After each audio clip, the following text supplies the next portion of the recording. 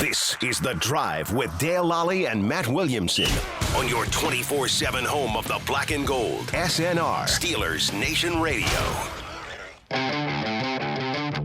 And welcome to The Drive. I am Dale Lolley, and it is a beautiful Friday here in Pittsburgh. The Steelers, of course, playing the Dallas Cowboys Sunday Night Football. Although, my co-host here, Matt Williamson, there is rain now in the forecast. Yeah, you thought there Sunday might be night. yesterday, and it started. Now everybody's saying rain Sunday night. It doesn't bother me. I mean, from a Steeler perspective, Should at all. favor the team that runs the football better. I would think the more physical team, the bigger personnel, the run first, run stuffing type team. I don't know Dak's history in the rain. He doesn't play that many rough games. I mean, he does in the East, I guess, in division, but I don't know his history. He the fool in the rain are here right now. Little Zeppelin force. And same with Fields. But either one, I'm sure, will be handle it fine. You know, Yeah. I mean, I don't think either one's going to be a liability in the rain. No, I don't think so. But again, I think the team that runs the football better has an advantage in the rain, and the team that doesn't want to throw that wants to throw the football more, that doesn't bode well for them. No. Although the new gloves. Yeah. I mean, come on. I mean, these guys have played in rain before. Yeah, absolutely. As long as the field's not super sloppy and hurts like TJ's get off or things like that. Yeah. But I doubt it's going to be that bad. I imagine they'll keep it covered up as much as they can. But, you know, you look at this game, the crazy thing to me about the Steelers-Cowboys matchup in primetime is that Dallas has, since 1970, Dallas has played the most primetime games in the NFL. The Steelers are second. Right. I mean, these are national brands, right?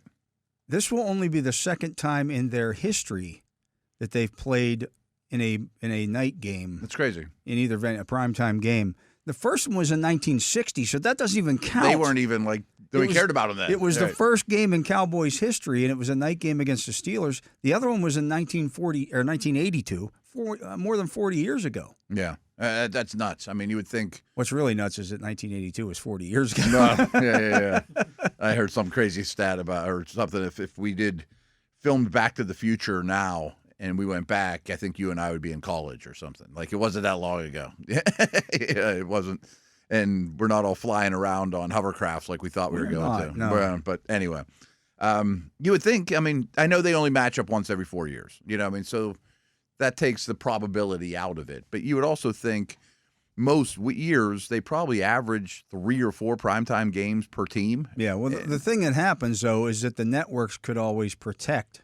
Games. Yeah. So if it's a game in Pittsburgh, Fox or whoever has the NFC games at that point is going to protect the Steelers-Cowboy game in the probably the 4:30 slot as the national game of the week. Same thing for CBS, which has the AFC games when Pittsburgh's in Dallas. Well, now, because we've gotten so many different networks involved with broadcasting games, the league isn't allowing them to protect as many games as they used to. I gotcha. Okay, so how did this one sneak through then? That's how it snuck. That's how it snuck through. And they've also this year, I've already seen some people ask them, well, why are there 2 AFC teams playing on Fox?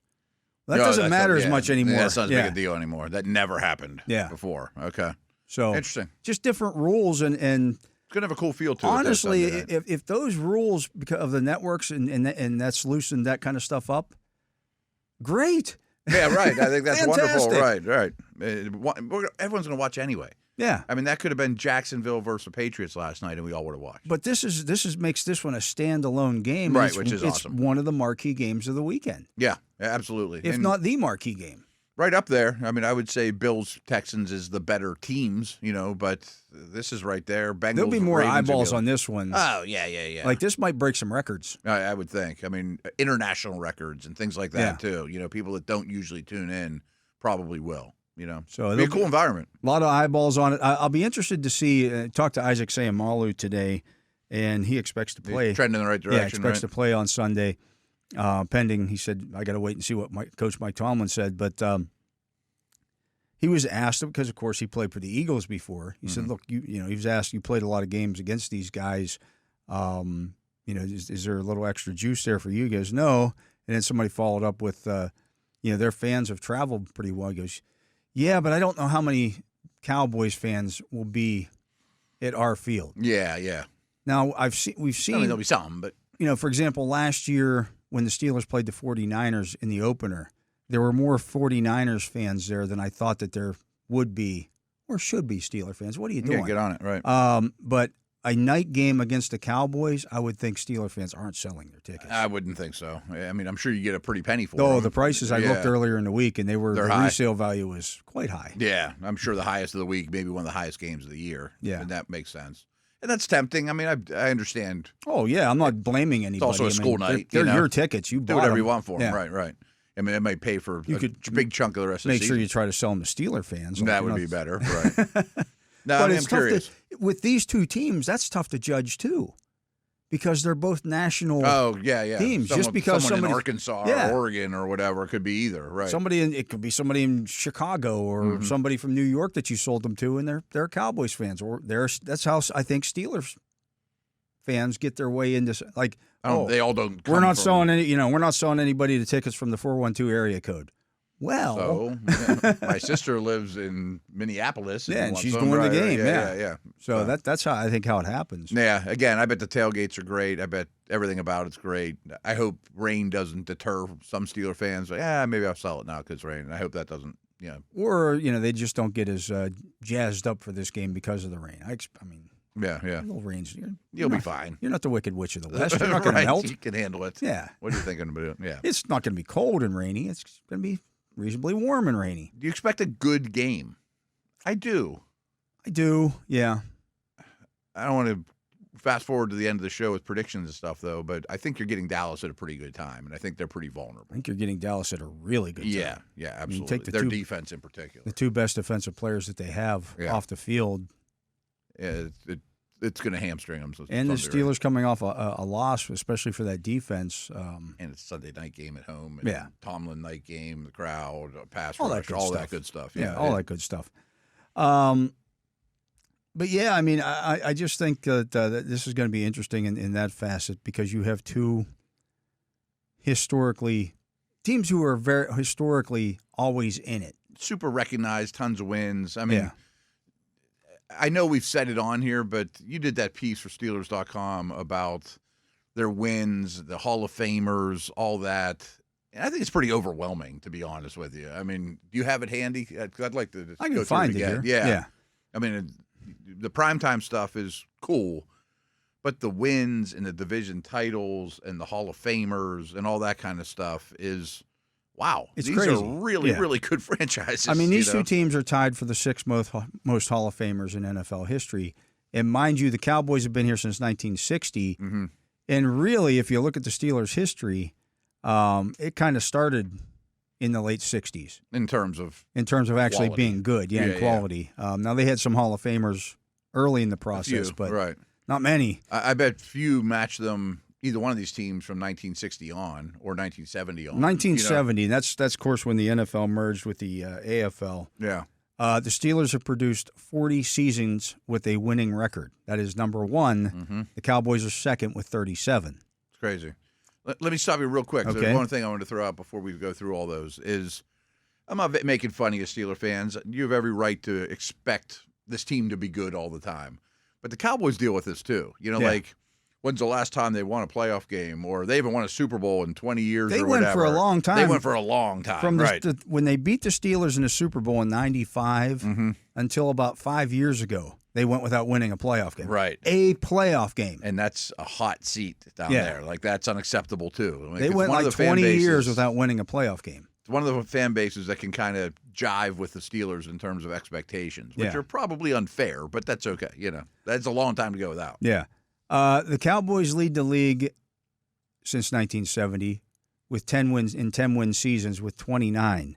The Steelers are tied for second with 27. Wow. They both could add to it.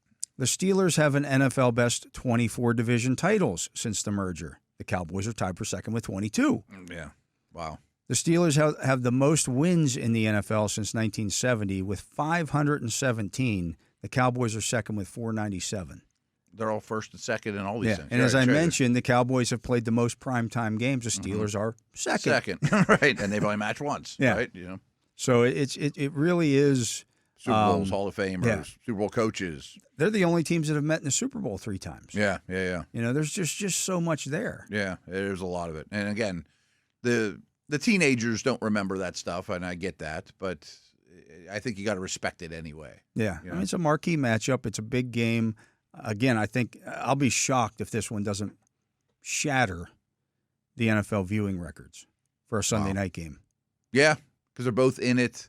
There's no reason to tune out. I mean, if this was 6 weeks from now and one of them was on a 6-game losing streak, you'd be like, nah, maybe I'll tune out. But everyone's even at that, even if you don't have a rooting interest in terms of one team or the other, fantasy football comes into play. Mm-hmm. There's all kinds of things. People place a wager from time to time. Right? They do that. Okay.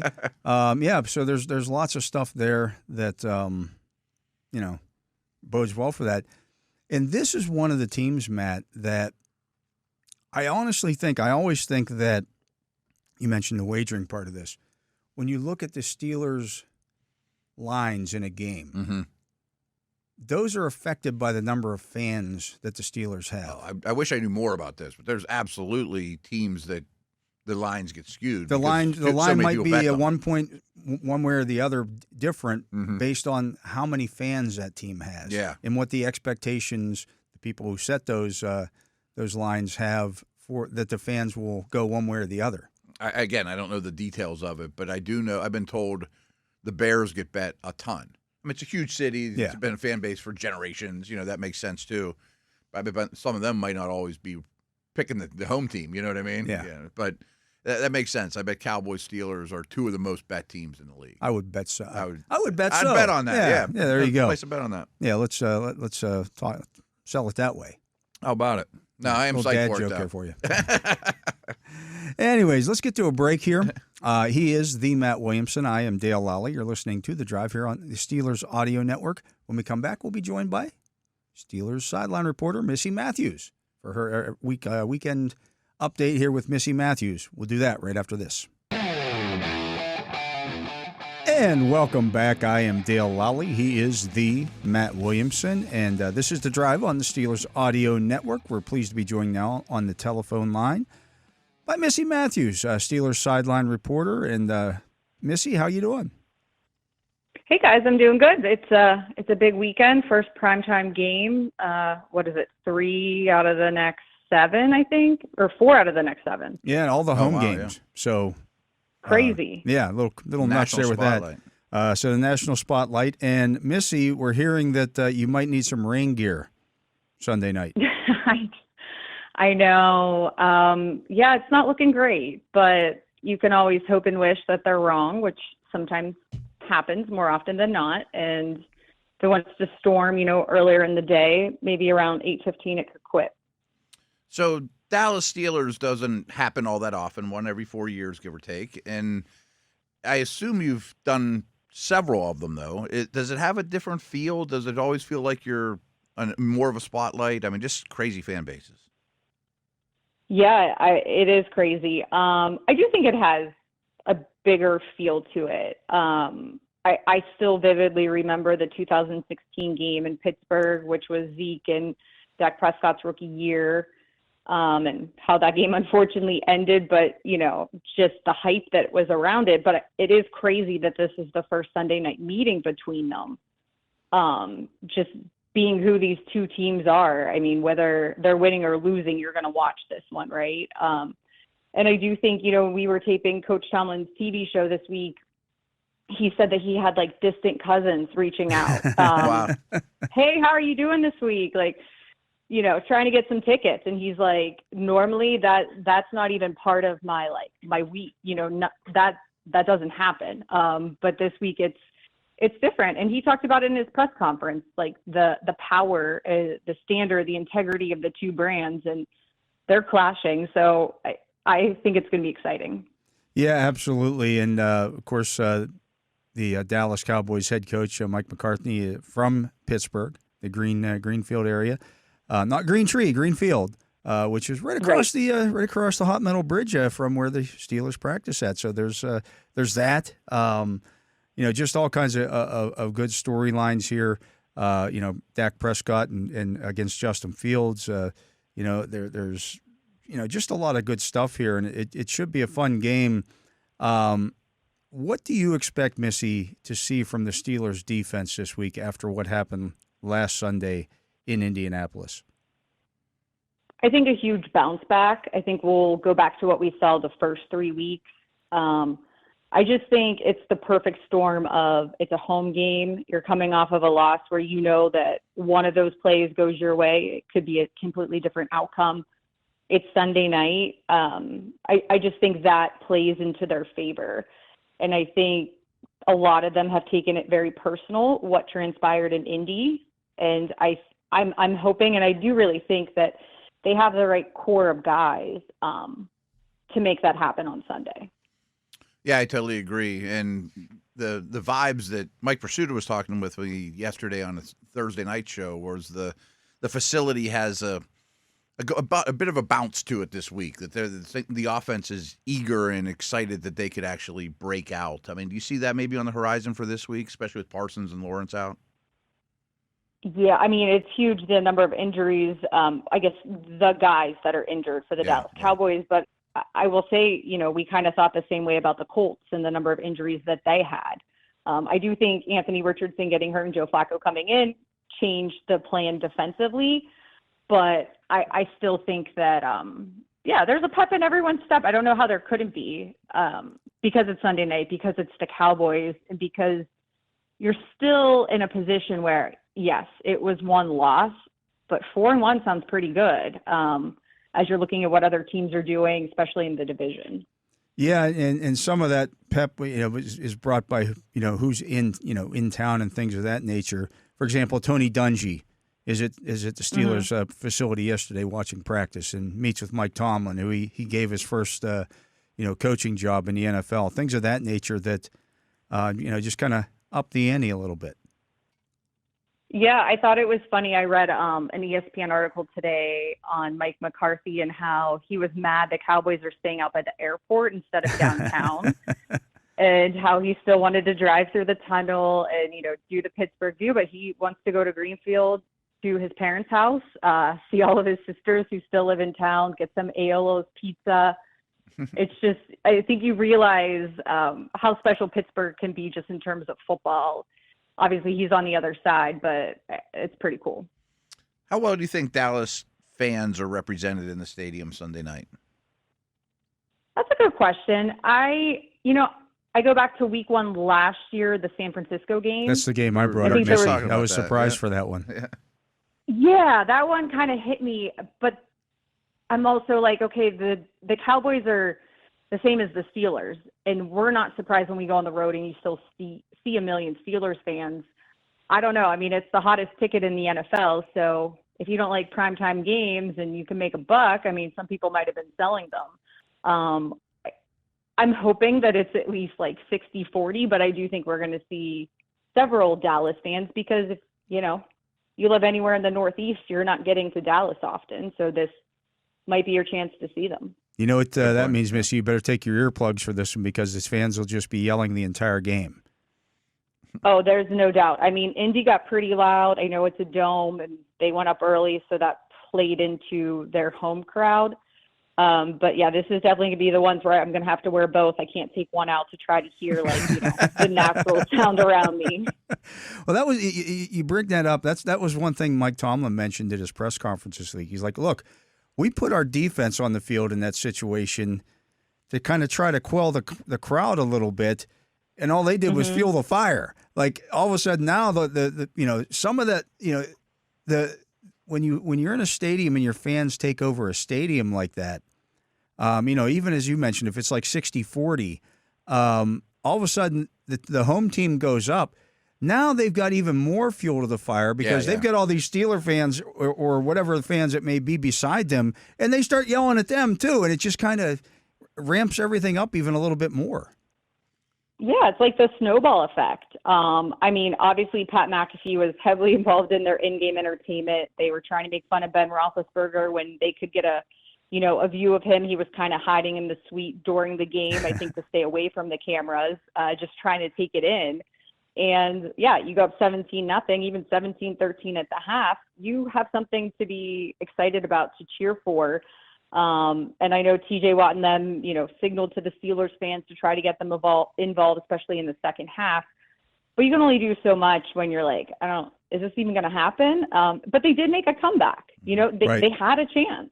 And again, you can go through every mistake and say, well, if this one didn't happen, different outcome. Arthur Smith kind of laid out those ones, the three big ones, I think, for the offense when he spoke yesterday. But it's coulda, shoulda, woulda. You got the loss. You have to move on. And this is the prime, well, shouldn't say prime for prime time, but it's, a good opponent / meeting / at home to try to right the ship. Missy, how was TJ on the sideline last week? I know everybody's, we just had an opportunity to talk with him a little bit ago over at the facility.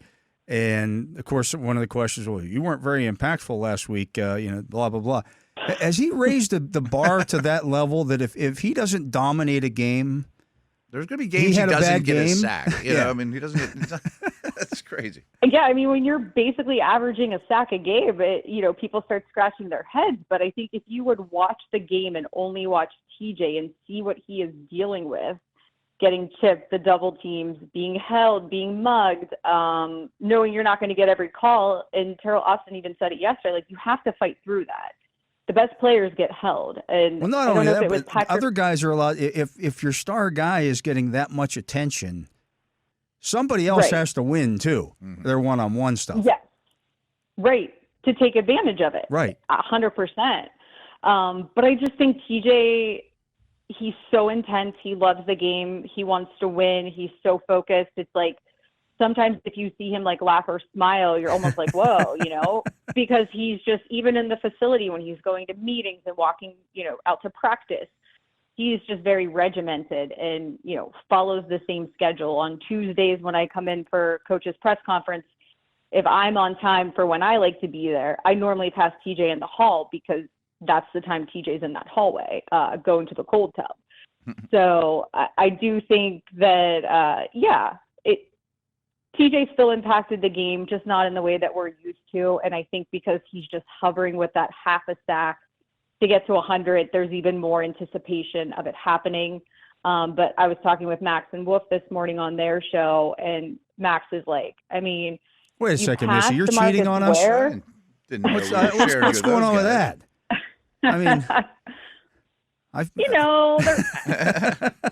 They're swell. The O-linemen need love too, guys. The O-linemen need love too.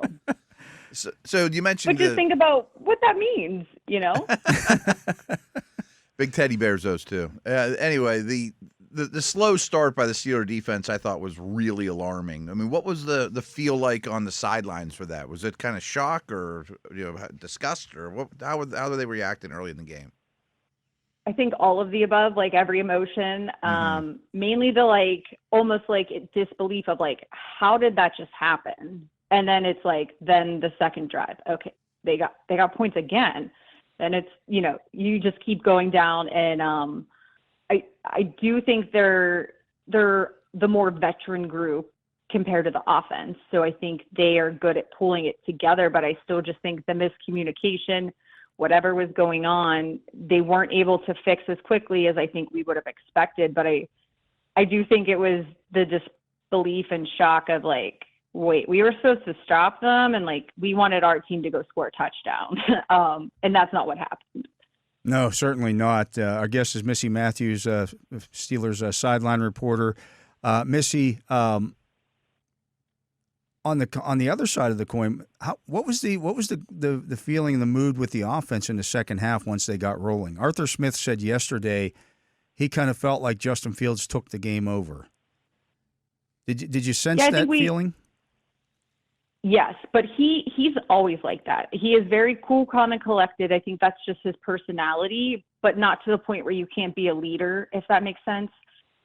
He's just not a screaming your face guy. But literally after almost every series, after he talks to Mike Sullivan and some of the other different coaches on the sideline and Arthur Smith, he will go to each position group on offense. And even if it's just let's get going, or he'll say something and bring a tablet, talk to a wide receiver. That's just common for him now on the sideline. And I think you are the quarterback, so you're supposed to be the leader. But I think as somebody new to the team, not thinking probably when you got traded here that you were going to be the number one guy, and you are, that it took a little bit of maybe coming out of his shell to do it. And I think, I go back to last week, Coach Tomlin told Labs in his pregame interview how he, makes it a point that on Wednesday mornings he meets with Justin Fields at 7 a.m., lays out the week, lays out the talking points, and he hears it before they go to the 8:30 team meeting, or then he hears it again. So Justin is aware of what's going to happen. They're on the same page, and he can be that leader. So we saw it in Denver, too. I think that was the first week where you're like, okay, yeah, he's doing it. And then I think it's just continued to grow. Speaking of quarterbacks, the last thing I have for you is how active and involved has Russell Wilson been on game day, on the sidelines, all 4 weeks?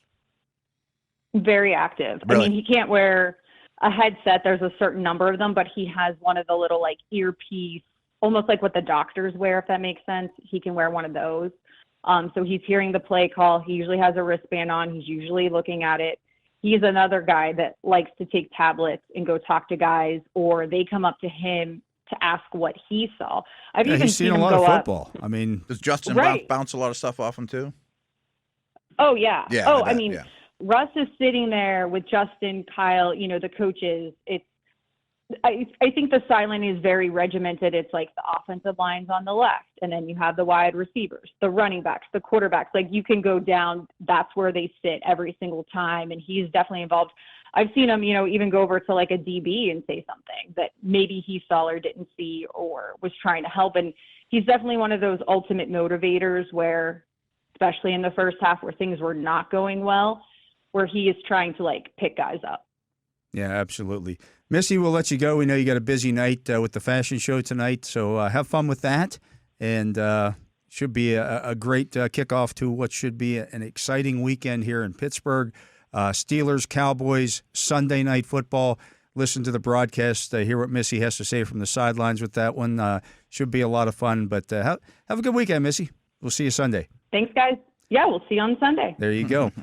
He is Matt Williamson. I am Dale Lolley. You're listening to The Drive here on the Steelers Audio Network. Matt and I will be back with more right after this. Welcome back. I am Dale Lolley. He is the Matt Williamson, and this is The Drive on the Steelers Audio Network. And Matt had a game last night in the NFL. Crazy one. Exciting one. Crazy, exciting one. And people were complaining again this morning about the NFL overtime rules. And I don't have a problem with how the NFL does it. If you can't stop a team from scoring a touchdown on the opening drive of overtime, I'm sorry. You lose, right. And I think winning the toss was huge for them. Without a doubt. They had the momentum. They had the momentum. And I thought it was a very equally fought game, except for one thing. Not necessarily even Cousins' insane night and 500 yards through the air, et cetera. But I didn't realize this watching the game. I mean, I wasn't shocked, but there's a pretty big discrepancy. Tampa ran 51 plays. Atlanta ran 81. Yeah. And they scored 16 points in the fourth quarter in overtime. Yeah. The worm lesson turned learned, man. there. Yeah. Right. Lesson learned. You can't play that much defense. You can't be on the field for 81 plays. No, not against a veteran quarterback especially. No. He's going to start to pick you apart, and that's exactly what Cousins did. And I didn't study the All-22, but it sure looked like a lot of zone and Cousins just picking you apart and, taking what's there, and he was very comfortable. And that offense is coming around. I mean, guys like Mooney and Pitts are contributing quite a bit. Ray McLeod. Ray McLeod, your guy. Yep, absolutely. So Atlanta's in a pretty good spot. Yeah. I do think that division's going to beat up on each other a lot, including the Saints, those two and the Saints. Yeah. But it was a fun game. And it's exactly what the NFL wanted on a Thursday night. It wasn't a slog with a bunch of penalties and nobody could score. I mean, it was two good quarterbacks going at it. They've revitalized their careers. Absolutely. Looking here at NFL.com, Matt, Gennaro Felice, who is their deputy editor of written content, whatever that means. He put together his list of the top 25 rookies thus far this season. Okay. I thought we'd run through that here real quick and see. Been a pretty good class. It has been, and better even defensively. I know when we were doing our draft stuff, The first guy wasn't drafted to, what, 16 overall this or something like that? This defensive draft isn't great. Well, No. there's some guys that have played pretty well. You count it down from 25 to 1? All right. 25 years, Caleb Williams, who was the number 1 overall pick. Yeah, I mean, he should be on the list. He has not been the world beater, take the world by storm type guy.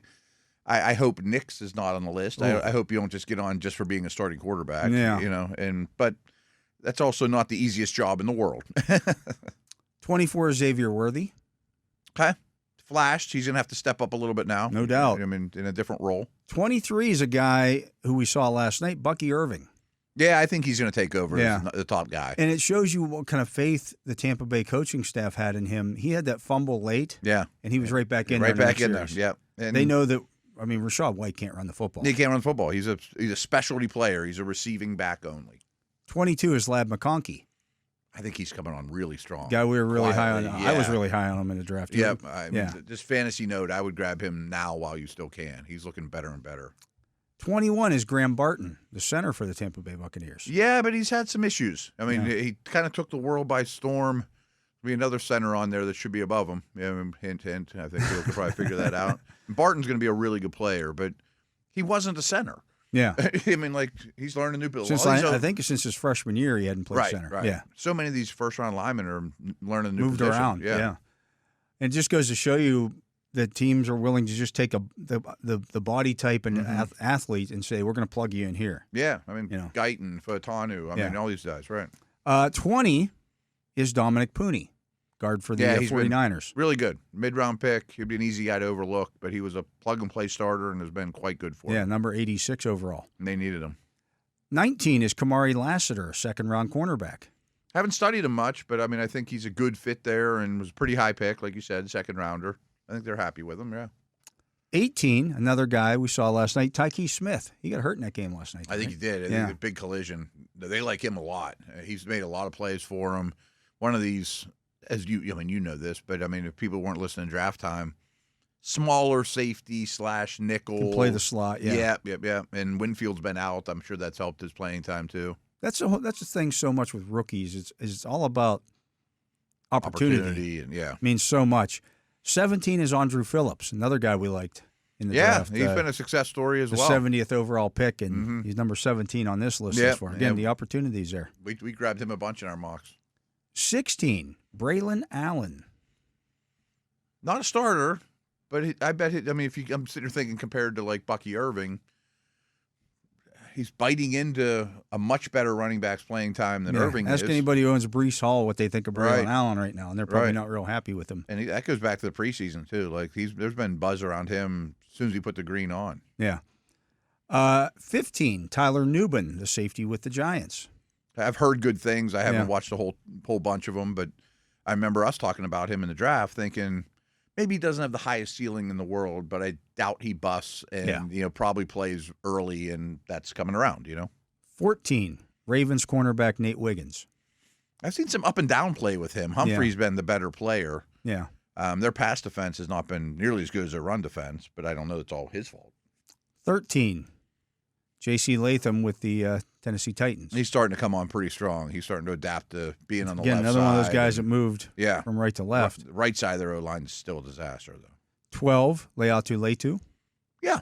I mean, he was the guy I feared most in that defense a week ago, and he didn't do a lot against Steelers, but he's another one he was first defensive player taken. He's somewhat of a plug-and-play guy, coming out of school, really refined pass rusher. 11, Tavondre Sweat. That shocks me, but it's very true. He's been very, very good for them. I would have not considered him at all at the top of second round.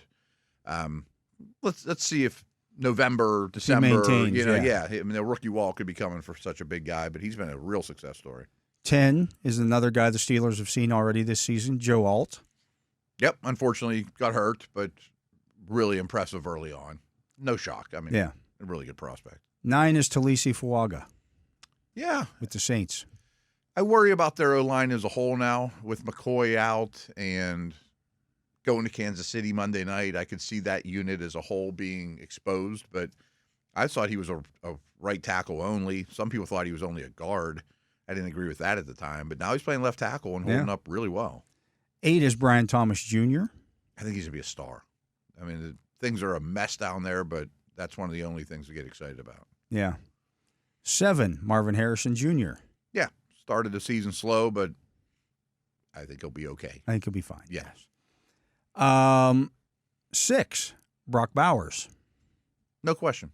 No question. I think he's in the process of becoming the focal point of their passing game and has some after-the-catch stuff, has tons of versatility, all-around exceptional football player. 5, Quinion Mitchell. There's been some talk that he's in the lead for Defensive Player, Rookie of the Year. Corners are hard to watch from afar. Don't get me wrong if you're not paying super strict attention to their team, but everyone's been buzzing about him a lot. 4, Jared Verse with the Rams. Power. Yeah. I didn't like him as much as I do now.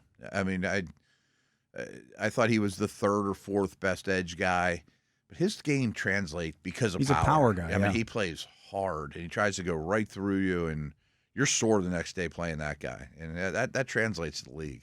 3, Zach Frazier. No doubt. No doubt. I mean, that's a case to be won.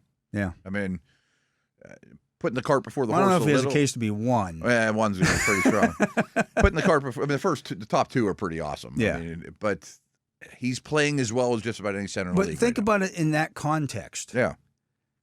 He's ranked 3rd on this list of the best rookies in the league thus far. Sure. And we've got a quarterback who's completing 80% of his passes. Yeah. And a wide receiver who's catching like 10 passes a game. It's like Nakua and Stroud last year. And he's a center. Yeah, he's a center. It's hard to notice, right? And he's really, really good. Yeah. I mean, like his highlights are fun. And he's playing as well as any center He's in the league. listed ahead of all the tackles that went way before he did. Yeah. Latham. And it just makes you wonder where Troy Fautanu would be. I know. If he hadn't gotten hurt. Could he be in that equation as well?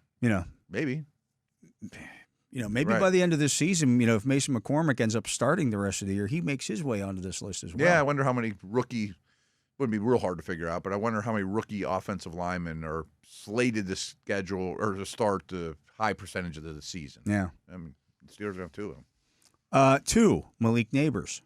Yeah. I think you have to put the quarterback 1. And then 1 is Jaden Daniels. He's just doing ridiculous stuff right now. But it's noteworthy that the Cowboys have 2 rookie starters on their offensive line. Not mentioned. Who didn't make the list. Yep, I was thinking that too when we were talking about how many rookie starters from day 1 even. And they're okay, but, man, Guyton had a rough go of it against the Giants. A lot of penalties. He's questionable. We were joking on the Thursday show last night that Steelers should send him a get well card, and hopefully he's able to play. But I'm sure his backup's worse. The center's been fine. I don't know what they would do in that situation if he can't play. Do they kick Tyler Smith out to tackle? I don't know how that works with that's an option. Yeah. It's an option. I mean, you'd rather be but after a week. Tyler Smith, most of the time, is going to be lined up opposite Cam Hayward. It's not the day to get weak at left guard. Yeah. I don't know. I don't know how they would figure that out. That's one of the nice things about Smith is, he was he has drafted that to be a flexibility. tackle, Yeah. They thought he'd be the right tackle. Kind of like the kid in Green Bay that kicks outside. Yeah, exactly. Yeah. The They're really good guards, but they can kick out and play a lot do of it if we tackle need too. it. Yeah. Maybe that's how they would handle it. But Guyton is going to have a hard time with power and took 2 or 3 holding penalties in that Giants game mostly against Thibodeau. Yeah, so worth watching. Yeah. But Zach Frazier has been very, very good. The fact he's doing that rare stuff. I mean, number 3 on this list, with the 2 guys ahead of him are doing historic stuff. Yeah, for rookies, they really are. And at skill positions, they're going to get the. Yeah, and it looks like Neighbors probably isn't going to play this week. Yeah, with a concussion, which is a big deal. He's already been ruled out. He's like their whole offense already. Absolutely. Yeah. So, again, enjoy what you're watching here, and if you get the chance, if you're at the game or you're just watching on TV and you can kind of just focus on what he's doing as a blocker, do that. Yeah. Just a few, even if it's just 5 plays a game. And even if you want to get nerdier, I'm not here to promote the NFL necessarily, but it's not that expensive to get their all-22 stuff now on NFL.com. He's got some fans out there like Brian Baldinger who will put out some video of him on social media, like just pancaking guys left and right. And this is the NFL, folks. Pancakes are rare. They're very rare. Yeah. On their butts. Putting rare. 320-pounders on their butts. Yep. On a regular basis just doesn't happen all that often. I retweeted somebody that just put his highlights from the Colts game on there. I mean, you just go check out my timeline and then you'll be hooked. 'Cause it's like a handful of plays. It's like, wow, you just don't see that in the league very often. Yeah. He's been impressive thus far, and he's just going to keep getting better and better as the season goes on. I would think, right? And so they absolutely stole one there. I'll be interested to see what he looks like next to Isaac Seumalo this week. It'd be nice for those guys to play the rest of the season together. Every snap with McCormick in there. Now you've got a real butt kicker line. Oh, there's no question. Not that Daniels. Wasn't playing well and that kind of stuff, but the attitude is going to to be extreme. There's some nastiness here. 100%. Yeah, it's a good call. I'm excited about McCormick too. I wish Daniels was in there. We talked about it yesterday. I was a little shocked. Pro Football Focus had him on their All-Pro team right now, and he's like their top-ranked guard. He's played really well. He's going to be missed, but McCormick's. We were both pretty high on him coming out too. Absolutely, got some nastiness too. Absolutely. Let's get to a break. That's going to do it for hour number 1 of the drive here on the Steelers Audio Network. Matt and I will be back with hour number 2 right after this. Welcome back to hour number 2 of the drive here on the Steelers Audio Network. I'm Dale Lolley. He is the Matt Williamson. And, of course, our show is on every day, Monday through Friday from 4 to 6 p.m. You can get that on Steelers Nation Radio, wherever you get that. If you can, download the Steelers official mobile app. You can get the show downloaded to your phone right there.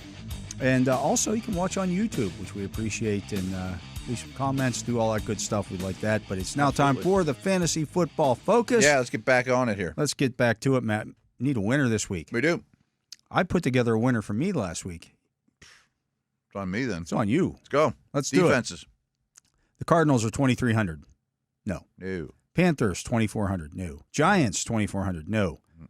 The Rams are 2,500. No. The Saints are 2,600. I don't hate that. That's not terrible at the price. Because that'll be a close game. Kansas City's not scoring a bunch of points. No, and they're trying to figure things out on offense, and it's in their building and all that, but I think the Saints' D's been pretty good. Yeah. The Colts are at Jacksonville, 2,600. Texans against Buffalo, 2,600. The Browns play Washington, 2,700. The Bengals against the Ravens are 2,700. That might be the defense I want to start the least. Yeah, that's pretty low on the list. The Jaguars at home are 2,800. The Bills at Houston are 2,800. None of them are doing much for me. The Patriots are 2,900. Their defense is just a mess, though. That game's going to be a mess. The Broncos are 2,900. I like that. I like that a lot. Commanders, 3,000. I don't trust it. The Packers are 3,000. The Ravens are 3,100. The Steelers are 3,100. The Raiders are 3,200. Why would the Raiders – I mean, I get it. Denver doesn't score a lot either. No, right. But – I think Denver's D's the move. Yeah. I don't even know if we need to go through this. No, I wouldn't even keep scrolling. What's where they at here? They were 2,900. That's a good cheap price, too. I like that. Yep. At home. Let's look at quarterbacks here. Josh Allen, 7,700. I don't love that this week. I think they win. Yeah, but I don't know how much he throws. I mean, that's a big buck. No Khalil Shakir either. Oh, he's out? He's out. Lamar Jackson, 7,500. I think they run all over the Bengals. C.J. Stroud, 7,200. Patrick Mahomes, 7,000. That's way too much. Dak Prescott, 6,900. That is way too much. Yeah. Jaden Daniels, 6,800. Probably way too much. But yeah, I know he's hot, but you got my attention with that. Kyler Murray against the 49ers, 6,700. Jordan Love against the Rams is 6,500. I like that. They're 26th against opposing quarterbacks. Yeah, that's a bad defense. Joe Burrow, 6,400. Brock Purdy, 6,200. Anthony Richardson, 6,000. I'm not sure he's going to play. It might be Flacco again, yeah. Geno Smith is 5,900. My only question is, are they going to need to keep throwing the football against the Giants? I think they're going to slaughter him without waivers. Justin Fields, 5,800. That and Love are my favorite, too. Yeah. Then you have Williams for 5,800. Derek Carr, 5,700. Trevor Lawrence, 5,700. Tyler Huntley, 5,600. Flacco, 5,500. Matthew Stafford, 5,500. Wow. Andy Dalton, 5,400. Deshaun Watson, 5,300. Oh, that's an awful Washington defense. I know. If he doesn't do it this week, he could get benched. I'm saying it ain't happening. They have 7 points in third quarter. Daniel Jones is 5,200. Gardner Minshew is 5,100. Bo Nix is 5,000. I think Fields is the play this Fields week. and Love are my two favorite. Fields is Fields 5,800. Noticeably cheaper though. 5,800. Do it. Yeah. I think he's going to run. He's going to run. I think he's going to run this week. All right, that gives us an average of 59. Let's go tight end here. I say we probably have some bucks to spend, right? Trey McBride is 5,900. Travis Kelce 5,800. George Kittle 5,600. I don't think he's going to play, by the way. Brock Bowers is 5,500. Dalton Kincaid is 5,300. Njoku 5,000. Jake Ferguson is 4,800. Evan Ingram is 4,600. Isaiah Likely 4,400. Cole Kmet is 4,300. Pat Freiermuth is 4,200. Dalton Schultz is 4,100. Mark Andrews 4,000. Does the squeaky wheel get some grease this week? I'm kind of hoping. Well, I'm very much hoping for my personal teams, but I'm kind of thinking he will. It's been such a topic, and I still would rather go with Freiermuth, Ferguson, or really spend on McBride. Because Warner's going to be out. Hunter Henry's 3,900. That's not bad. Zach Ertz is 3,800. Huh? Colby Parkinson 3,700. I mean, there's some nice. That's not bad. Yeah, there's some good cheap options here. Tucker Kraft is 3,500. I like that. Gesicki. Musgrave's out, right? Yeah, Gesicki is 3,400. The Ravens are 31st against opposing tight ends. That surprises me. I kind of like Kraft. Just looking at your boy Jonnu is 3,200. Hey, he's not my boy anymore. No, you've given up on that. Dawson Knox 3,000. Who's the guy I'm looking for here? The other Cincinnati tight end, the rookie. Eric All's 2,700. He's not bad, by the way. I think he's gonna be a really good player. 2,700 in a game. I think they're going to have to throw the football. I definitely think they're going to throw the football. football. If he gets 2 catches at 2,700, I think he's better than Gesicki, and he might start to outsnap him.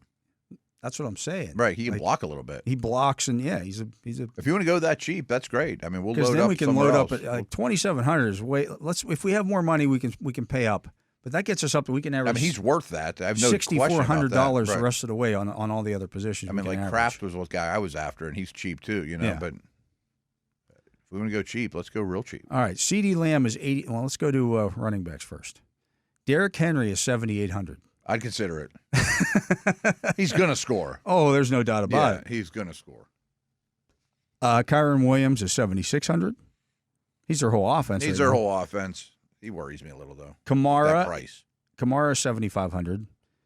Jordan Mason is 7,400. Devin Achane is 7,200. There is no way on God's green earth I can still pay $7,200 for that. There might be no points in that game. James Cook, 7,000. Not bad. Kenneth Walker, 6,800.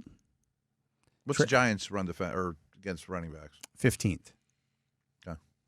Travis Etienne, 6,700. Brian Robinson is in this week.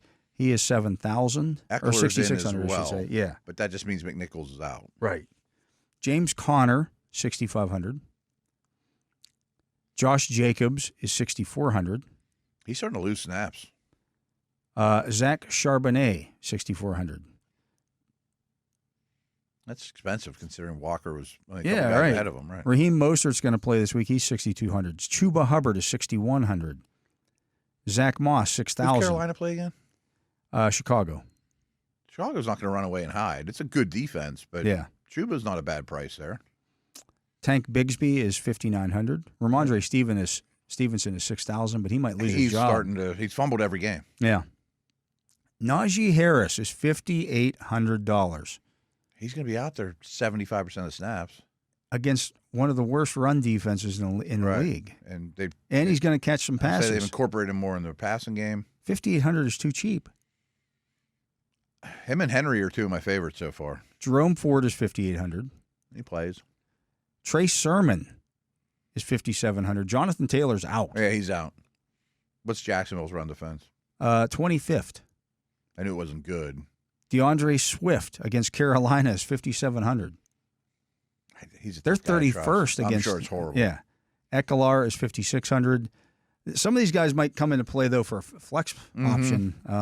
We've been super cheap. What do you think about Henry and Harris? Akers is 5,500.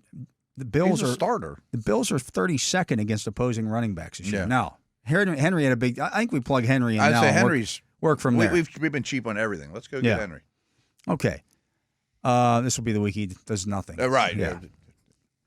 And what other running back you want to go with there? I think Najee's too cheap. I don't want to be super Steeler-centric, but I mean... Well, that's just two. That's two. And I don't think... Well, Pickens might be cheap. We will essentially have their entire running game against... Which I'm absolutely fine with. Against one of the worst rush defenses in the league. Mm-hmm. I don't have a problem with that. I don't either. I think Akers is a value. There were a couple of other cheaper ones I thought were a value, but Najee and Henry are my favorite too. Let's look at some of those guys in the flex role here. Who were some of the guys we like there? Chuba Hubbard was one. Chuba was 6,100. That's a Zach Moss. No. What about Brown for the Bengals? You didn't mention him. He must be really cheap. Not. Yeah. That's about a 50-50 split. Trey Sermon's 5,700. He's going to be used. Mm-hmm. Ekeler was Good there. offensive line. Chase Brown is 5,600. The Ravens are third against they're opposing. brutal, yeah, they're good against. They've been good against the run. Akers was 5,500. He's hurt us. He's hurt me every time I've put him in the line. I know. He didn't catch any balls. I know. That's the problem. If I'm going to put a running back in the flex spot or in my lineup in DFS, he better catch some passes. Yeah. I mean, I think that's a close Unless game. it's Derrick Henry. Then I don't care. Yeah, if he's going to run for 200 yards. I don't care. One of the problems with Houston is that, first off, they're not running the ball well. Yeah. They're the most penalized team in the league. So when they do, it's a hold and it comes back, and then it's 3rd and 12. And all right, let's take a look at the wide receiver spots here. CeeDee Lamb is 8,800. I think Lamb could blow up, and my logic is this: I know Porter doesn't go to the slot a lot. He will, but do you think he will? I think he'll follow. He's him only in the done slot. 8 snaps to the slot all year. I bet you think he will. Okay. I think he will. Okay, I think then, I don't know anything. That. Okay, but I think in this instance, because they don't have anybody else. Yeah, I think you send Porter. To the slot. Because if I'm Dallas game planning for the Steelers, and I go, he's only gone to the slot eight snaps, and CeeDee Lamb has 50% of his snaps in the slot.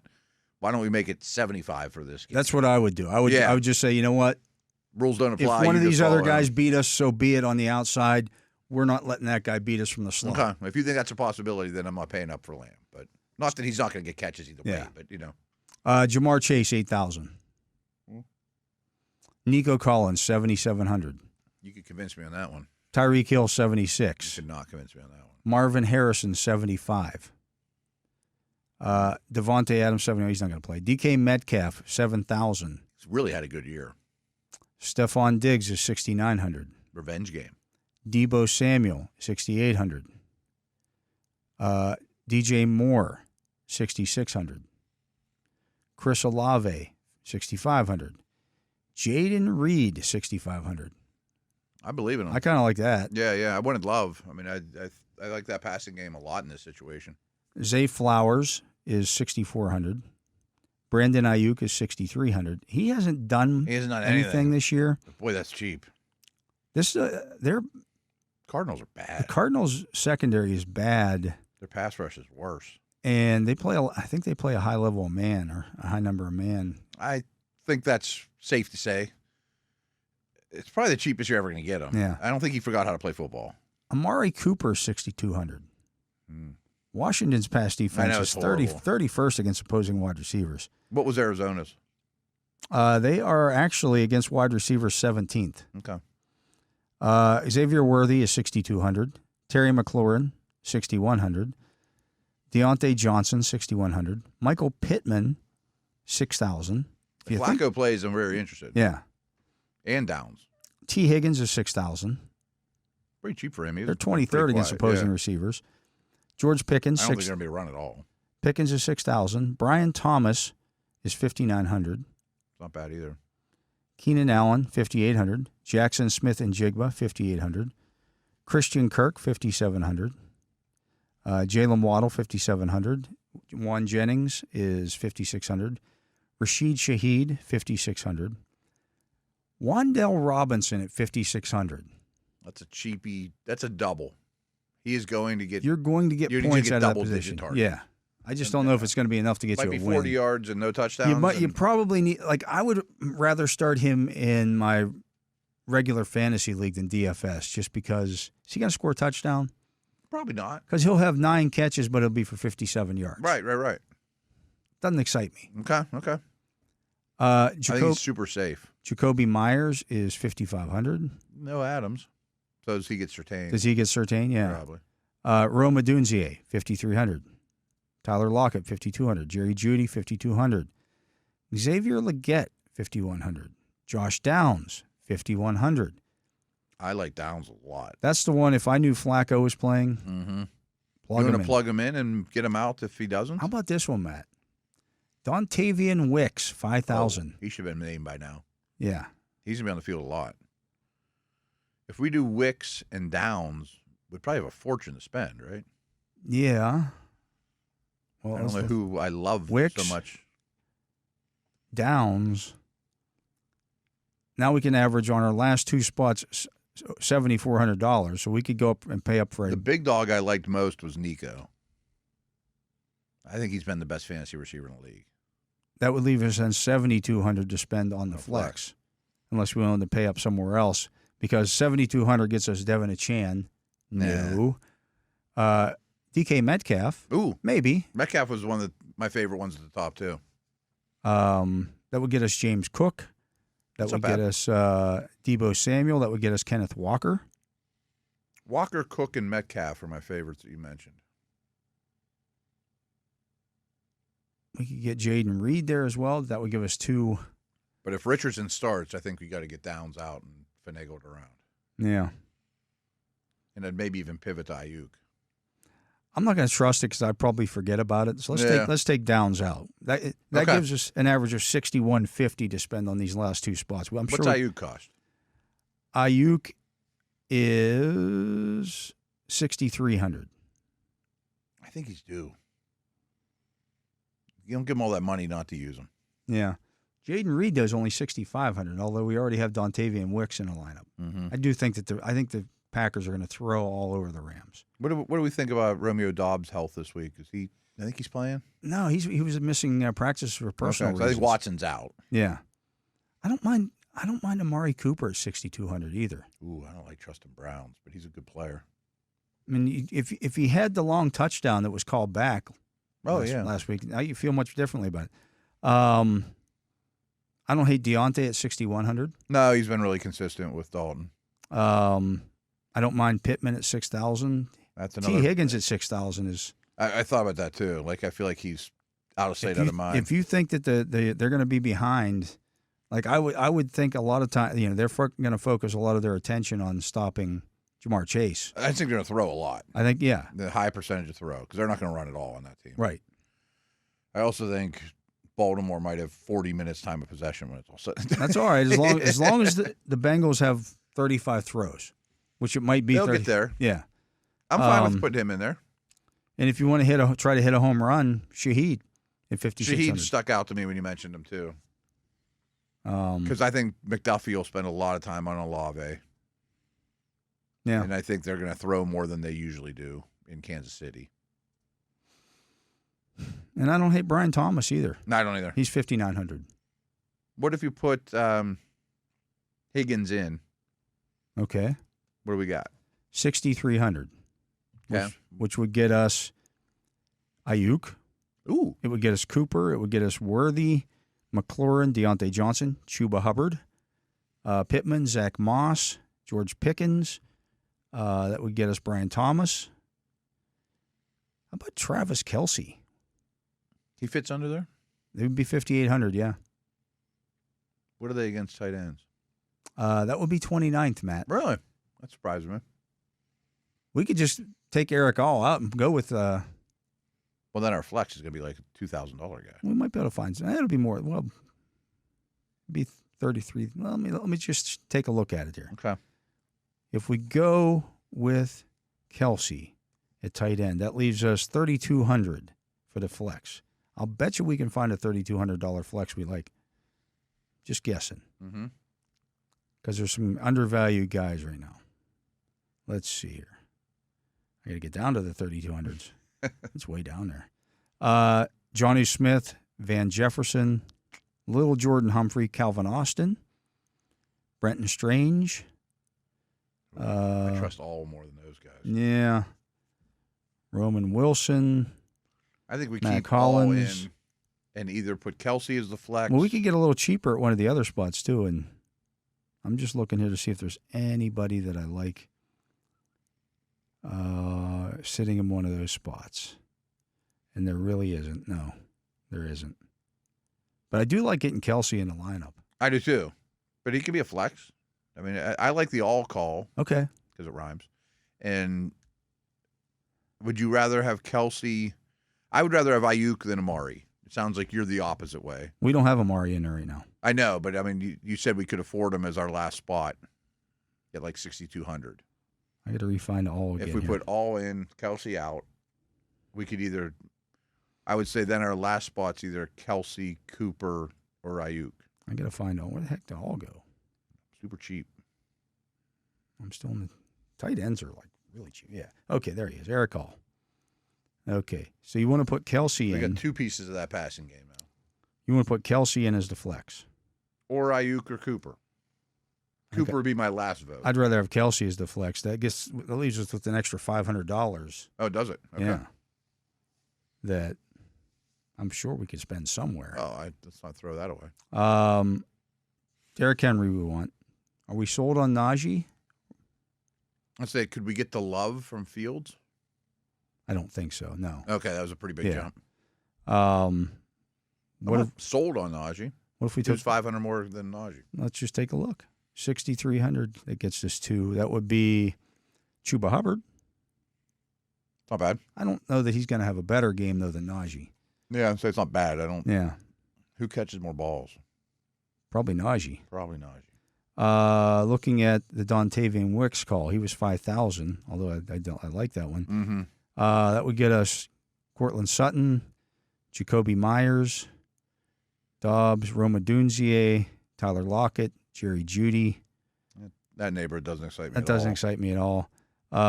60 up from T. Higgins. 6,500 would be Chris Olave, Jaden Reed, Zay Flowers, Brandon Ayuk, Amari Cooper. Cooper. Both Packer receivers? I don't hate it. I don't either. Because Reed's going to run the ball, too. Oh, yeah. You want Reed over Ayuk? I think I do. It's Then safer. A lot better. It's safer. Let's do that. Like you basically have the entire Packers passing game, which ain't a bad thing. Do we still have Higgins or not? I got a little lost there. No, we traded out Reed for Higgins. But we have all. We have all passing game. Yeah. And we have, so that gives us two Packers. That gives us Fields, Derrick Henry, Najee Harris, Dontavian Wicks, Jaden Reed, Nico Collins, Eric All, Travis Kelce, and the Broncos defense. Henry, Nico, and Kelsey are monsters. Yeah. Because we cheaped They out have on been. all. And Yeah. Lock it up. There we go. Do we have anything left? That would be 0. Nice. It's always a good feeling. There you go. So that gives us in the quarterback spot Justin Fields, Najee Harris, So we have and a Derrick Steeler running Henry. game, Packer passing game. Yes.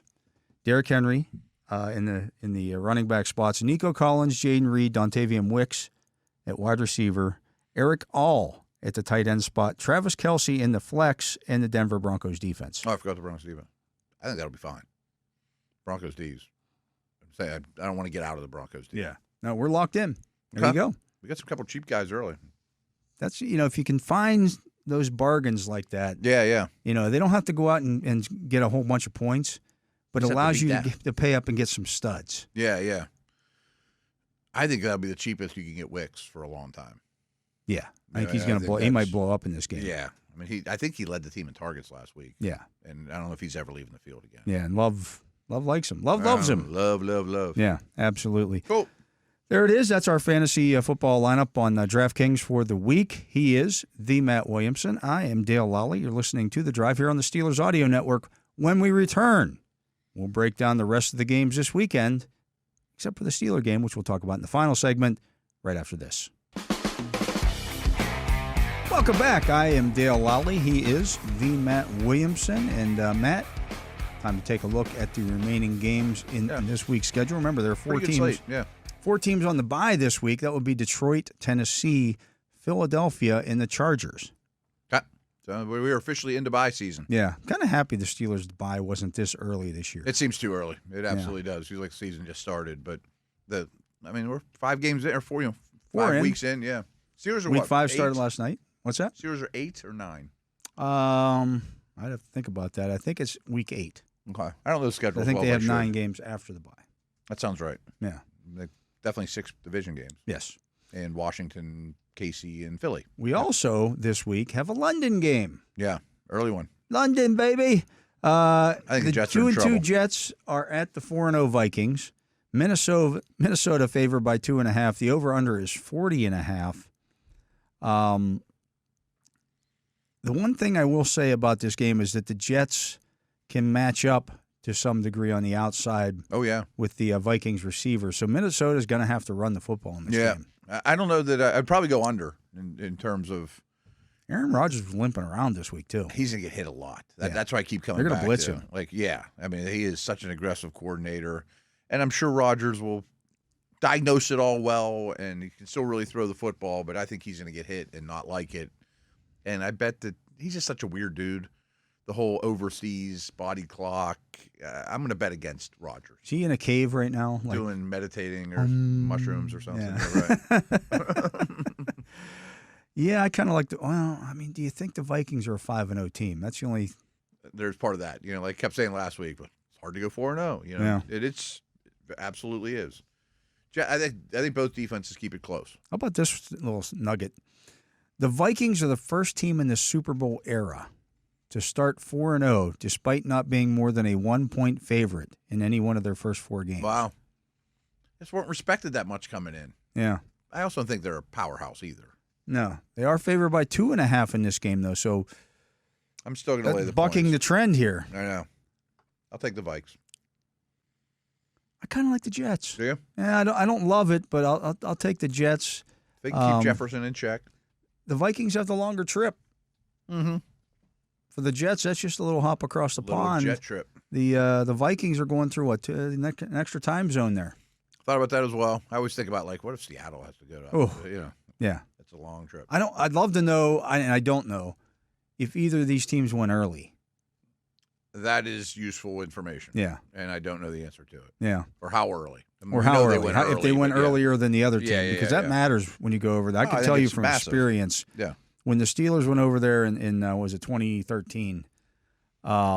We went over on Thursday. We flew overnight, got there Friday morning, and my body on Sunday still felt like it was Friday. Really?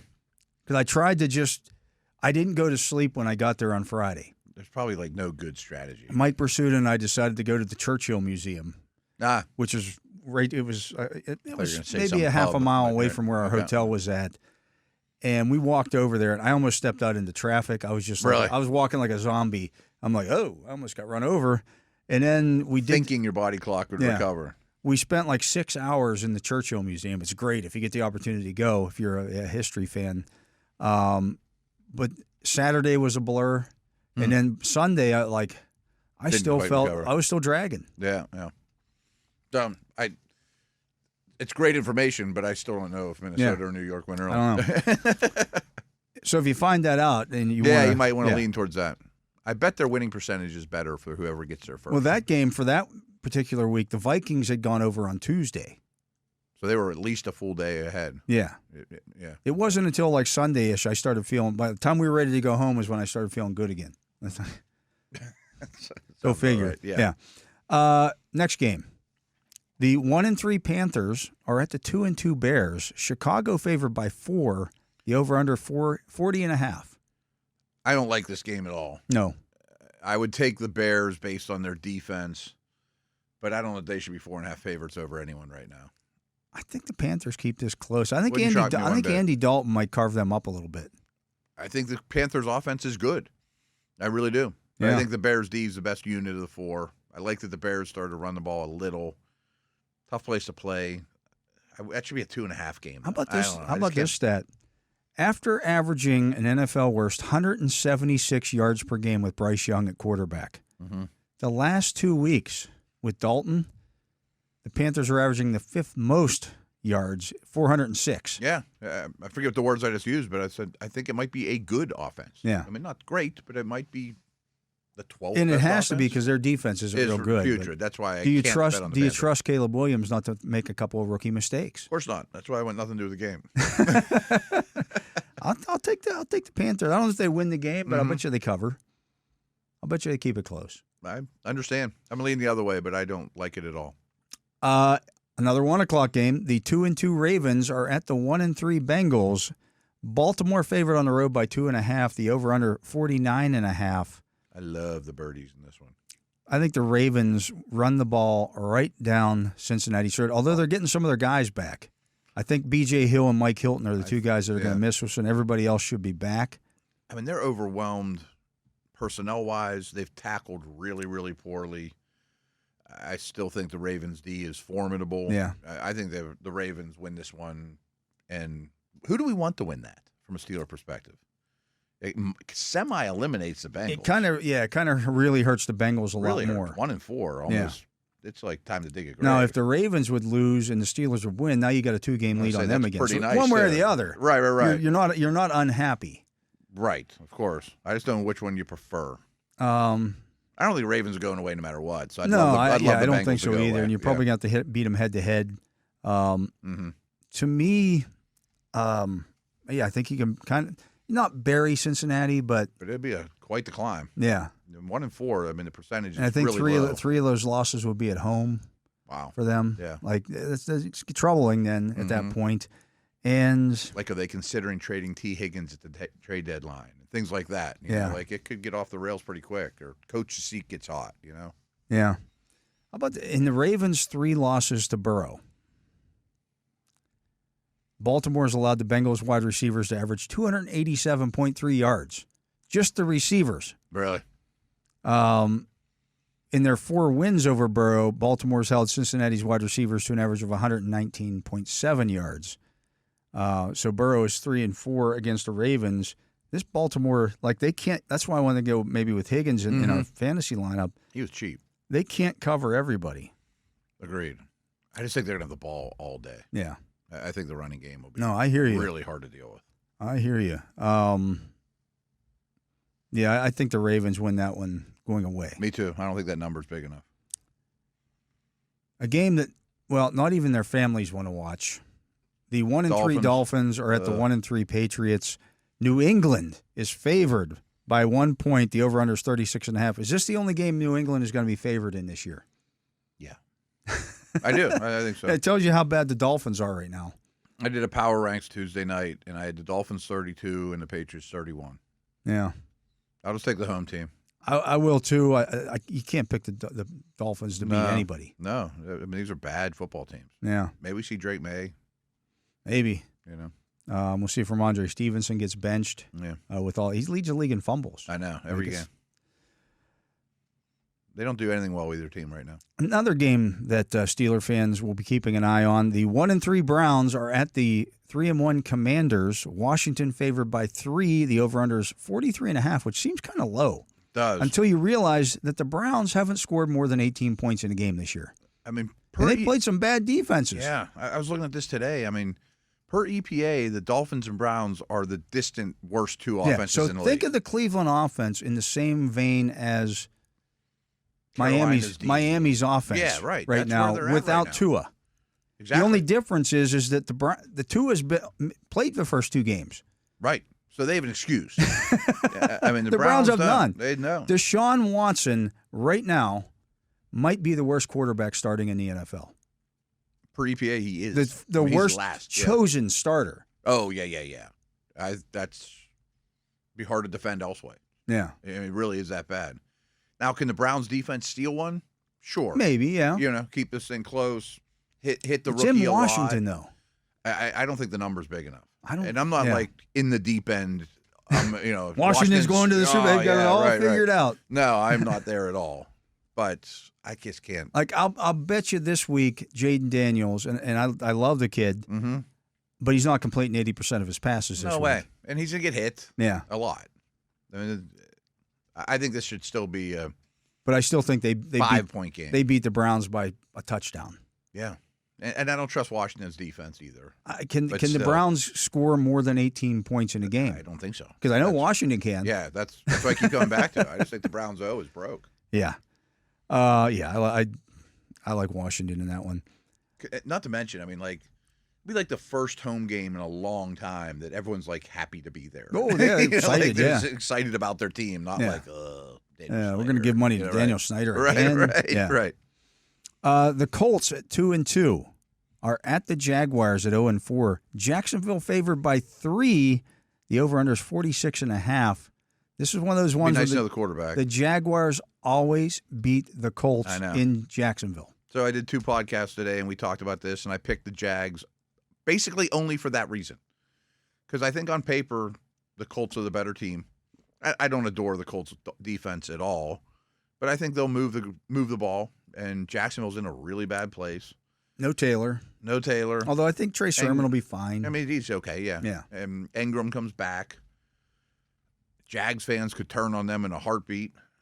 They're 0-4, right? 0-4. Are they an 0-5 team? They got to be desperate. Have to be. So desperate. If they lose this one, Doug Peterson can get fired. It might be Monday. Yeah. There must be something to the Colts never being able to win there. The only thing I don't know is I don't know who else is in the building that could take over as a head coach. Hamilton's the coordinator, but I don't know if you promote him or not. Yeah. I'm going to take the Jags. I don't know if I could promote a coordinator on either side of the ball for that team. So bad. Yeah. Right. I don't know if they have a senior assistant or something like that, or just got the whole place and give it to Belichick. Desperate team, and for some reason the Colts can't ever win in Jacksonville, so I'm going to take the Jags. But I would not put $1 line on it. At 3-1, the Bills are at the 3-1 Texans. It's a 1:00 game. Buffalo favored by a point in Houston. The over/under 47.5. I like the Bills here. I just think that when you lose in a standalone game and got embarrassed by the worst matchup you could possibly have, the betting public overreacts. And Houston can't run the ball at all. That's like the polar opposite type of stuff. Yeah, they have no physicality. They to can't beat run the Bills, you have to be able to run the football. It's kind of like the Steeler-Dallas matchup. The Steelers are an awful matchup for Dallas. It's terrible timing, and it's a terrible matchup for Dallas. Yeah, absolutely. Just like the Ravens were a terrible matchup for Dallas. Like if I'm Buffalo, if McDermott was sitting here and I said, would you rather go in the AFC Championship to Kansas City, or would you rather host the Ravens? I think I'd rather go to Kansas City. I mean, just a terrible matchup for you. I mean, I want to live in nickel, and I can't tackle Derrick Henry, and it's bad. I don't even try to tackle Derrick Henry. They let him go first play of the game, 87 yards untouched, because nobody expected Derrick Henry to run the first play, apparently. Ugh. Yeah, You got the Bills on that one, too? I got the Bills, too. Me too. I feel good about that one. 4:00 game. The Raiders at 2-2 are at the Broncos at 2-2. These two teams both surprisingly in it right now. Denver favored by 2.5. The over/under, though, is only 35.5. Glad we have that D. Yeah. And probably should take the points in what we think is a close game that no one's going to run away from the other. Is this going to be 17-16 or 14-13? Maybe. I don't know if there's good mojo in the Raider world right now, though. I mean, weird stuff going on with Adams. I don't know if there's good mojo in Denver either, but I'll take the points. Okay. Yeah. I like the Broncos at home in this one. It's a tough place to play. It absolutely is. We talked about it the week the Steelers went out there. I mean, it's just a tough place to play. I think their D is good. Yeah. At 1-3, the Cardinals are at the 2-2 49ers. The Cardinals lose this one, they could be done, even in the NFC. The 49ers lose this one. Time to worry a little bit. It's time to get Seattle worried. Wins, right? Yeah, which I think they will. San Francisco favored by a touchdown. The over/under 49.5. That's a big number. We recorded at noon, and it was 7.5, and that was enough for me to take Arizona. I don't think Kittle or Warner is going to play, and McBride is. Like, it might be the only time anyone attacks the middle of the field against the Niners. Yeah, and they got the guys to do it. I definitely think there'll be points. Ugh. And it's funny because my co-host is a Niner guy, and we just just like we do, we talked into it, and I'm like 7.5. I'm in on the dog. 6.5. I'll take the Niners, and then it comes in at 7. The Cardinals are 3-12 against the spread in their past 15 games against division opponents. With that number, I'll take San Fran. Yeah, I think I'll take San Fran as well. I think they'll run on them. That Arizona defense is pretty bad. I don't know how they're going to stop them. I mean, we almost put Ayuk in the lineup this week, and he's done nothing. Right. Yeah, he's averaged like 3 catches a week. And I think him and Samuel and Mason will do a lot. Yeah. Kittle might play. I don't think Warner's got any chance. At 2-2, the Packers are at the 1-3 Rams. Packers lost a tough one last week. The Rams are a mess right now. Green Bay favored by 3. The over/under 48.5. Give me the Packers. Oh, it's one of my favorite bets of the week. Yeah, no question. I mean, if you listen to the last segment, we think that they're going to score points. They're going to throw the ball well. I think the Rams are in bad shape. Yeah, I mean, just too many injuries. Too many injuries. And they don't really have a middle class on their roster either to make up for it. Yeah. How about this now? Stafford in his career, 14-23-1 against the spread as a home underdog. Huh. A lot of that's in Detroit. A lot of that's with Detroit. He's 2-1 against the spread with the Rams as a home underdog. But I can promise you there's going to be a lot of Packers fans in L.A. Oh, there most certainly will be. Yeah. More than 50% probably. Yeah, I love the Packers. Me too. That's my second favorite game to pick this week. Is the first one going to wait till next segment? No. Okay. It's actually this next game that we're going to take Ravens a look at. was high on my list too. Giants at 1-3 at the Seahawks at 3-1. Oh, I like Seattle. Seattle favored by 6.5. The over under 43.5. If I were picking Survivor game this week, it's a good one. This would be the one I would pick. I think they might get some of their D linemen back. No Malik I Neighbors. don't think Neighbors is going to play, and he's already their MVP. Singletary's all banged up. He practiced today. He's probably going to play, but I don't care. It's Devin Singletary. I bet Jones turns the ball over or something against a complex. No, I understand. It is a short week for the Seahawks, and it's really but long. The Giants week for the Giants. the Giants are the ones that have to travel cross country. Seattle's a tough place to play. Yep. Give me the Seahawks all day long. I'm shocked that's under a touchdown. Yeah. I think 6.5, right? Yeah. I think they hammer them. Mm-hmm. And the final game that we'll look at here, just one game on Monday night this week. That one being... That 2 thing was growing on me. The 2-2 Saints are at the 4-0 Chiefs. Kansas City favored by 5. The over-under just 43.5. I'll take the points. I think I'll take the points, too. Yeah, I think KC's trying to figure stuff out. They're not blowing anybody out. No, and Saints are a quality team. I don't think they're at the same level as Kansas City, but they're not blowing anybody out. I don't think they cover very often. I'm not a betting expert, but the Saints D is legit. Yeah, I think with the Rice injury just happening like Andy Reid, you give credit where credit's due. He is a offensive genius. Yeah. But at some point, you just don't have the weapons to do it. Right. And Brown, Rice, Pacheco, tackles aren't good. That being said, we did put Kelsey in our lineup. Mm-hmm. I'm sure because he's the only true sure thing in that Kansas City lineup right now. Absolutely. And I do worry a little. Everyone's talking about, boy, Mahomes is playing bad. The whole world's going to be watching Mahomes on Monday night. Like, I bet he doesn't play bad. Well, and here's the thing. So we're going to have to listen to Collinsworth just. Oh, that's your favorite. Yeah. Every time Mahomes bends over to tie his shoe, look at that. That's never been done like that before. Look, he took the loop and he looped it around the bottom of his shoe and came up around. And no look. Yeah, he didn't even look. He didn't even look as he tied his shoe. It's unbelievable. I'll take the points, though. I think Saints at least keep that lead close. I'm going to have to watch out with the sound down. I just am. I'm like, I'll watch it and I'll be like, I can't listen to Collins. I like Collinsworth as an announcer. I think he's pretty good, yeah. But he is the king of the superlatives, like just over the top superlatives. Yeah. I'll pay more attention. Yeah. It's crazy. As I like to tell Rob Look King. at Mahomes coming out of the tunnel. Nobody walks out of the tunnel like Mahomes. As I love telling Rob King, I pay very little attention to play-by-play. And I usually don't, general, but because usually I'm at the Steeler game and I'm the other games are on. I don't the sound isn't up, but the Monday night games I do hear because I'm at home. Extreme, yeah. Come on, Chris.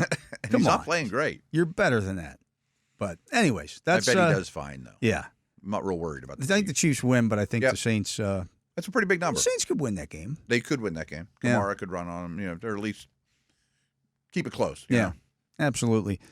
That's this week's games, Matt. We'll get to our pick in the Steeler game, the one that matters most to Steeler fans. Certainly. We'll do that when we come back. He is the Matt Williamson. I am Dale Lolley. You're listening to The Drive here on the Steelers Audio Network. And we are back. I am Dale Lolley. He is the Matt Williamson, except no imitations. And the 2-2 Cowboys are at the 3-1 Steelers. That's 8:20 on Sunday night on NBC. Steelers favored by 2.5. The over/under 44.5. Have the Steelers injury report here for you, Matt. Russell Wilson questionable. Jaylen Warren out. Alex Highsmith out. Michael Pruitt out. Cordero Patterson is out. Jeremiah Moon, who has yet to be activated from the return list, is questionable. That could happen. He could get a hat, though, yeah. That could happen tomorrow. Depends on how he practiced this week. Larry Ogunjobi with the groin injury is questionable. He was limited again at practice today. That's the only one that's kind of didn't see coming, But this week, does that matter? Defensive line depth is good. I wouldn't mind seeing more Benton. That's probably what you see, because I would think that the Steelers – now, Indianapolis got the Steelers in their nickel defense last week and then ran on it. Yeah. Well. Yeah. Yeah. Dallas is not going to run the ball well if the Steelers had no defense out there. Yeah, right. They would struggle. The guys would trip over the line of scrimmage and stuff. Yeah, it's bad. Their ball carriers are bad. Aren't good. Good conversation with Merrill Hodge last night. They don't have a run over 20 yards this year. He's like, they're one of 4 teams that don't have an explosive run at all. That's bad. I think they have 1 rushing touchdown. There's just nothing coming from the ground game. And I really like Dak Prescott, but he's not a tier 1 guy that can just live without a running game or maybe a defense. There aren't many quarterbacks that can. Right. There's 4 of them. Not in today's NFL. Right. I mean, it's just too difficult. Put it on me, right. You're putting too much on the quarterback's plate, especially when he's got 1 wide receiver. Yeah. And I like Ferguson. I think Ferguson's a nice secondary target. He could have a good day. He could. Yeah. Yeah. But I think Dak's going to get hit a lot. Yeah. If he's throwing 50 passes, he's going to get 10 quarterback hits, 4 or 5 sacks. Don't love that. Yeah. And I think the Steelers can control time of possession. It's going to be a lot of Najee. I think Fields will have a lot of carries in this. I mean, I don't think it'll be 3 or 4. I think as you mentioned in your stat package, these guys, the Cowboys allow, 6 yards per carry to opposing quarterbacks on design runs? On design runs, right. They played Lamar. Sure. But Fields ain't far from Lamar. I mean, Fields isn't. They couldn't stop Lamar doing that stuff. 100%. You think the Steelers might have grabbed something out of that package? I doubt. No doubt. And the thing with those kind of designed runs is it's tough to get better at them because you don't see it every week. You don't see it every week. Most quarterbacks, they played Daniel Jones last week. Now he has some mobility. He does. He's a good runner. He's not Lamar Jackson or Justin Fields. No. And they allow long runs too. Yeah. I would be really worried if I was Dallas. If Parsons and Lawrence were in this game, I'd be like, a little different. Yeah. Sure, we might have big-time edge rushers, much better chance to take the ball away. I do think Dallas has somewhat of a special teams advantage, but not massive. I mean, it's negligible. You can just kick the ball out of bounds. Yeah. You don't even. The return guy is really good. Yes. Turpin, right? Yep. Yeah. Mm-hmm. But with the way the rules are, you don't have to give it to him on a kickoff. No, you just kick it out of the end zone, which I'm sure they'll do. And on punts, you don't have to punt it to him. No, you just punt it out of bounds. Directional or out of bounds, right? And you just take him out of the game. It's the same way other teams are doing with Cordero Patterson. My first day with my new lips. You just take it out of the game. You say, okay, we're not going to allow you to do that. And if I'm Tomlin, I might tell the whole special team staffs, that's what we're going to do. We can't allow if he gets a return, you're gone. That's not. He's not the most dangerous guy I've ever seen. Yeah. But the way this game's there's no reason to right. give them any additional help. Yeah, we'll just live the field position game and start at the 30, punt it out of bounds. I agree on that. That could hurt you. Lamb could hurt you, of course. Ferguson could have a nice day. I'm just looking at passive victory that aren't, a lot of turnovers or a flat start because I really didn't think there was a strong chance the Steelers could lose last week. But if you play that formula, if you try to play that formula, but then you turn the ball over, right, you're going to lose. Yeah, and I thought the Steelers' offense showed a lot of signs of life. I have Steelers 20, Dallas 16. I don't think they're going to be shut out or anything. So you got that under. I got the under. That's 36, by the way. Good for you. All right, Matt. I've been practicing. Yeah. I've been practicing all week. Did you have to think of that the whole way over? Did you count? I had toes and fingers. I was writing it down here. Get naked. And I think the offense does well. I think the offense does well, too, and I think maybe they force a turnover or two. Prescott, over the course of his career, has not had great ball management in the pocket. Mm-hmm. And I think he's going to get hit. If we think he's going to get hit, I could see a strip sack, something along those lines. For long days. Yeah, I think they are bad at Herbert's tackle. playing, right? Yeah, I mean, I know he didn't even make the injury list. Didn't make the final list. So that was something I was keeping an eye on. That's something that I think they're gonna struggle to protect him a little bit. I think he could lose one in the pocket, maybe two, and just give the Steelers some field position. I do think Dallas will have some success moving the football. I do too. Through the air. CeeDee Lamb's a hard handful. to deal with, right? Ferguson's a handful, and he gets peppered with targets. Again, it's about opportunity more so than anything. Is Ferguson as talented as Travis Kelce? No. But he's efficient. And he does what is asked of him, and that is to catch the football. And I think he'll be a handful for the Steelers. There's no doubt about that. We haven't even mentioned the environment, though. Night game, towels flying.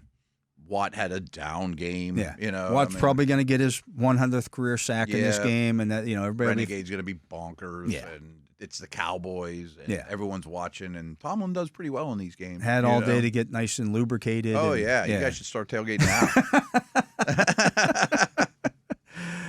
I get the Steelers winning this one 26-20. Don't ask me how we get to 26. Maybe it's 2 touchdowns and 4 Boswell field goals.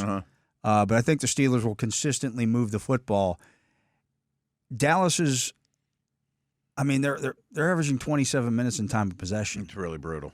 The Steelers might have 38 minutes of time of possession in this game. Yep. They won the time possession battle with the Colts. Yeah. Who's also was really bad going in, but they won the game. Right. I would absolutely bet that the Steelers win the time possession. Yeah, I think they. In fact, I think they dominated in this one, and just I think that front's going to get worn down. Move the ball enough on each. Again, if you get to 26, and it's 2 touchdowns and 4 field goals, that means you scored on 6 possessions. Take it. You take it. And those backup edge guys are going to play more snaps than they're accustomed to against a very physical team. Yeah.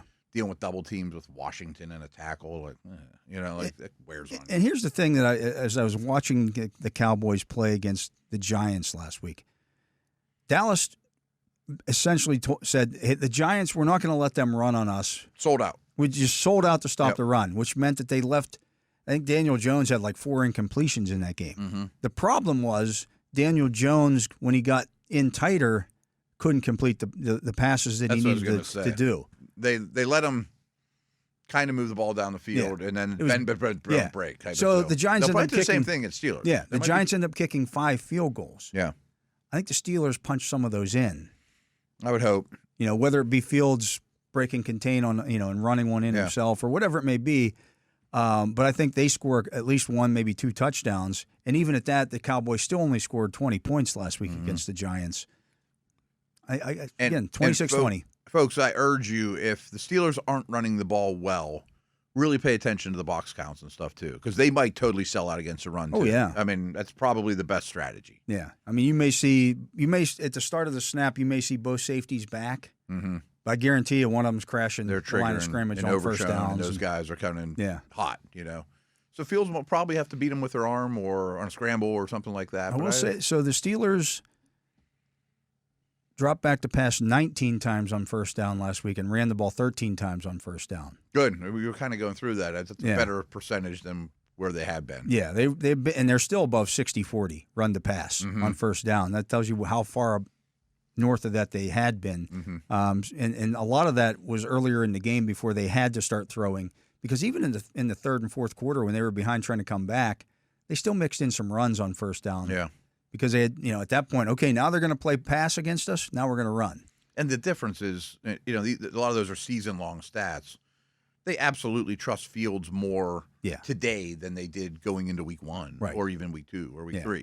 He's earning their trust. Yeah. He's excelling. What they can't have, though, and this is what does concern me about, maybe some of the rain, no mishandled snaps. Yeah, that's got to be. The center quarterback exchange cannot be botched this week. Any of that kind of stuff. Any of the procedural stuff. I can guarantee it won't be a slow start, though. Yeah. In that environment. I'm sure they'll be fired up. That doesn't mean they won't get scored on the first possession or anything. They could still, get outplayed. But. Sean Hockley's crew doing this game. They're good or bad? They're only averaging 12 penalties a game, but 12.5 penalties a game. So they're about league average. I'll take it. That's not bad. So don't let it take things over.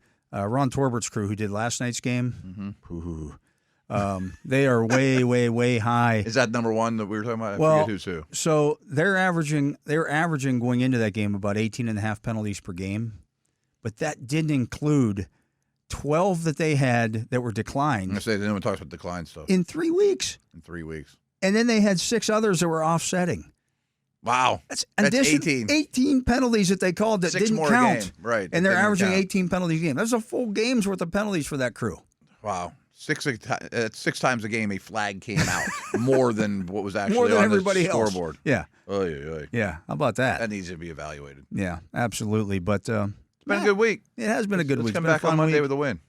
Yeah, hopefully when we're back Monday, we're talking about something a little different than what we had to talk about this week, a Steelers loss. Yeah. Not that doesn't give us stuff to talk about. There's plenty to dig into this weekend. They probably will lose again, folks. At some point, doesn't mean the sky is going to fall, right? How about this? So, Matt, they get the Cowboys this week. Next week's the Raiders. Yeah, I talk about rivalries and, again, 70s and all that good stuff, yeah. It's like a 70s throwback back October. Yeah. Some old school Steelers looking at this going, I remember when, Yeah. So, anyways, we'll see where that goes. But that is going to do it for today's show. Again, Matt had 20-16. Oh, yes, I did. I had 26-20. Again, we don't know how they get to 20. I don't think Boz is going to miss a point after, but 2 touchdowns, 4 field goals. Couple safeties. But for my partner, Matt Williamson, for Justin Miller here on site, keeping us on the air, for Tyler here on the YouTube, keeping us going here, Tyler Vittmeyer, I am Dale Lolley. We thank you for listening to this edition of The Drive on the Steelers Audio Network. Steelers football happens here. The Pittsburgh Steelers Audio Network.